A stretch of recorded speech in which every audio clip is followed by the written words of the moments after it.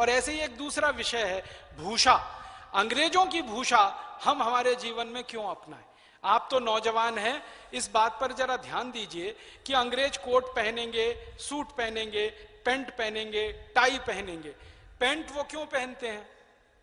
Pant का आपको मालूम है जो परिभाषा है, पाँव में नीचे से छोटी होगी और पूरी जगह चुस्त रहेगी। अब ये पैंट इंग्लैंड में पहनने की परंपरा 14वीं-15वीं शताब्दी से आई, और वो 14वीं-15वीं शताब्दी के पहले बड़े दुखों में रहते थे, क्योंकि पैंट ईजाद नहीं हुई थी, तो वो चर्म खाल लपेट के रहा करते थे। फिर पैंट आई, क्यों आई? ठंड बहुत पड़ती है, साल में 6 महीने 8 महीने सूरज नहीं निकलता, बर्फीली हवाएं चलती हैं, तो बर्फीली हवाएं पैर के अंदर से घुस जाएं तो सारा ठंडा हो जाता है, बर्फीली हवाएं गले के अंदर चली जाएं तो गले को तकलीफ हो जाती है। तो उन्होंने पोशाक ऐसी बनाई कि गला पूरी तरह से बंद रहे और बंद गले में भी हवा ना घुसे, तो इस पर से टाई लगा के टाइट करके रखें उसको, और इतना टाइट करके रखें कि गर्दन भी ना घूमे आपकी। तो उन्होंने अपनी परंपरा लाई। और यूरोप में एक बड़ी पुरानी परंपरा है टाई लगाने की, और वो आई इसलिए, मैंने इस पर थोड़ा खोज किया, पुराने उनके दस्तावेज देखे हैं, तो मुझे इतनी हंसी आती है कहने में कि बहुत ज्यादा ठंड होती है ना, तो सर्दी जुकाम बहुत होता है, तो नाक बहती रहती है हमेशा। तो उनके यहाँ पुरानी परंपरा ये थी कि कागज रखते थे जेब में, पोछ पोछ के हर समय नाक सुड़ुक सुड़ुक सुड़ुक सुड़ुक, तो पोछा रख लिया, पोछा रख लिया। अभी भी रखते हैं। हाँ हाँ। अब उन्होंने फिर क्या किया कि एक कपड़ा ही लटका लो, बार बार उसको जेब में रखने का खर्चा बच जाए। वहां से ये टाई की परंपरा निकली, अब वो स्टेटस सिंबल बन गई और उसको हम अपने गले में लटका के घूम रहे हैं। क्या मूर्खता कर रहे हैं। यहां गर्मी बहुत है, गर्मी वाले देश के कपड़े खुले होने चाहिए, गला खुला होना चाहिए, पांव खुला होना चाहिए। पांव खुला रहे, गला खुला रहे, इसलिए हमारे यहाँ इस तरह के वस्त्रों की परंपरा रही है। हम लुंगी पहनते हैं, धोती पहनते हैं, कभी भी हवा आपके अंदर जा सकती है और कभी भी जा सकती है कि नहीं। अब आपने पैंट चढ़ा ली और ऊपर से टाइट जीन्स चढ़ा ली, वो चढ़ती भी नहीं है, तो जमीन पर लेट जाते हैं, 45 डिग्री पे पैर उठा के फिर खींच खींच के चढ़ाते हैं, और उतारते हैं तो फिर खींच खींच के ही उतारनी पड़ती है, और अंदर का बहुत कुछ उतर जाता है उसके साथ में। ये कहाँ आप फंस गए हैं इस चक्कर में। हटाइए इसको अपने जीवन से। ये अंग्रेजी भूषा का मोह छोड़िए। टाई नीचे पैंट, फिर टाई और कोट भी तो पहनते हैं गर्मी में, और गर्मी में कोट, 45-47 डिग्री तापमान। और मुझे इतनी तकलीफ होती है ये देखकर कि दूल्हे राजा घोड़ी पे चढ़ के बैठे हैं, 3 पीस सूट चढ़ाए हुए, गर्मी में 45 डिग्री 50 डिग्री में। कहां जा रहे हैं जी? शादी कराने जा रहे हैं। मूर्खाधिपति दिखाई देता है वो, मूर्खों का भी अधिपति। 3 पीस सूट और टाई और घोड़े पे चढ़ के। आपको मालूम है घोड़े पर चढ़कर बैठने की ये पोशाक नहीं है टाई सूट। घोड़े पर चढ़कर बैठने की पोशाक तो धोती है, जो पीछे लांग लगाकर बांधी जाती है ना, उससे आप घोड़े पे चढ़कर बैठ सकते हैं, क्योंकि दोनों पांव आपके स्वतंत्र रहते हैं। आप मराठी स्टाइल की धोती पहनना जानते हैं ना, वो घोड़े पे चढ़कर बैठने की पोशाक है। ये 3 पीस सूट और टाई नहीं है। कई बार पैंट फट जाती है पीछे से, क्योंकि टाइट होती है, और घोड़े पर चढ़ने के लिए ज्यादा लंबी दूरी तक पांव को आगे लाके डालना पड़ता है। तो आप ये सूट, पैंट, टाई, कोट, और ये गरम कोट और काला कोट, ये सब हटाइए। टाई से आंखों की बीमारी भी होती है, जो ग्लूकोमा की प्रॉब्लम बढ़ रही है, इसमें बहुत बड़ा कारण जो है टाई है। और टाइट जो कपड़े पहनते, पैंट, टाइट पैंट और ये सब, इससे नपुंसकता, इनफर्टिलिटी और सेक्सुअल डिसऑर्डर्स पैदा होते हैं। ये तो साइंटिफिकली प्रूव हो चुका है। अब आप टाई बांधते हैं ना, तो यहाँ जो आपकी नसें हैं, जो खून का प्रवाह करने के लिए भगवान ने आपको दे रखी है, वो भी बंद हो जाती है ना। और बचपन से आपके बच्चों को टाई बांध बांध के स्कूलों में भेजते रहते, क्या आप उनके ऊपर अत्याचार कर रहे हैं। उनका गला खुला रहने दीजिए, उनके पांव भी खुले रहने दीजिए। तो बच्चों की पोशाक अपने घर में ये टाई, 3 पीस सूट और पैंट की हटाइए, और अपने जीवन में भी कभी इस पोशाक का इस्तेमाल मत करिए। और मैं तो अगर आपसे ये निवेदन करूंगा कि अगर आप वकालत के पेशे में हैं, वकील हैं, तो अपनी वकालत के काम करने वाले लोगों को प्रेरित करिए कि ये काला कोट जल्दी से जल्दी हटाएं।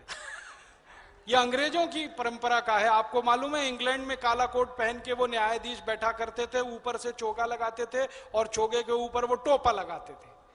हाँ देखा है ना, वो वो सब नकली विग वाला, वही हमारे हिंदुस्तान में आ गया। अब अंग्रेज चले गए, उनको गए हुए 62 साल हो गए हैं, अब हम वो काला कोट क्यों पहने? और आपको एक जानकारी दूं, बड़ी बड़ी रोचक जानकारी है कि वो जो चोगा पहनते थे ना, लंबा लंबा ढीला ढीला, उसमें जेब पीछे रहती थी, पीछे जेब पीठ की तरफ। तो मैं ढूंढ रहा था, तब पता चला कि वो पीछे जेब इसलिए है कि किसी मुवक्किल का उन्होंने मुकदमा लड़ा और मुवक्किल ने फीस वीस तो दे ही दी, और ज्यादा खुश हुआ तो पीछे से डाल दे उनकी जेब में, इसके लिए वो पीछे जेब लगाई जाती थी इंग्लैंड में।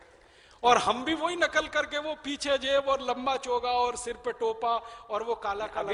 अभी भी पीछे जेब लगती है। हाँ, जो जिनके गाउन होते हैं वो पीछे जेब के लंबे लंबे गाउन पहनते हैं।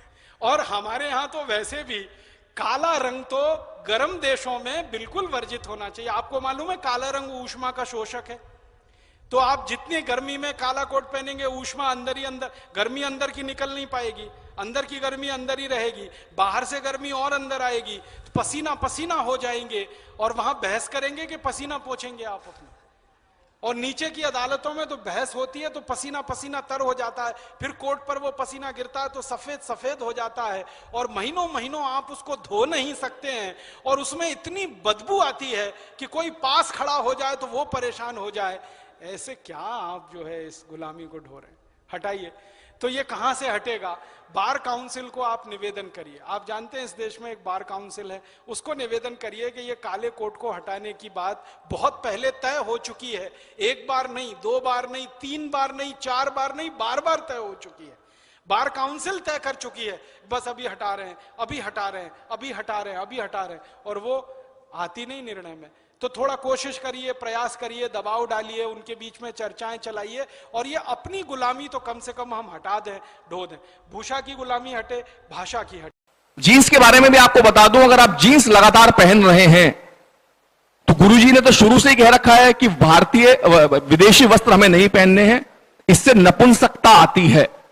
यही जानकारी मैं आपको दूं, आज मॉडर्न साइंस ने भी, मॉडर्न एलोपैथिक डॉक्टर्स ने भी कहा है कि टाइट कपड़े पहनने से, जीन्स पहनने से नपुंसकता आती है। इसका वैज्ञानिक कारण भी आपको बता देता हूं कि शरीर का एक तापमान है 37 डिग्री सेंटीग्रेड, और हमारे वीर्य में शुक्राणुओं का जो तापमान है वो उससे 2 डिग्री सेंटीग्रेड कम होना चाहिए, तभी वो जीवित रह सकते हैं।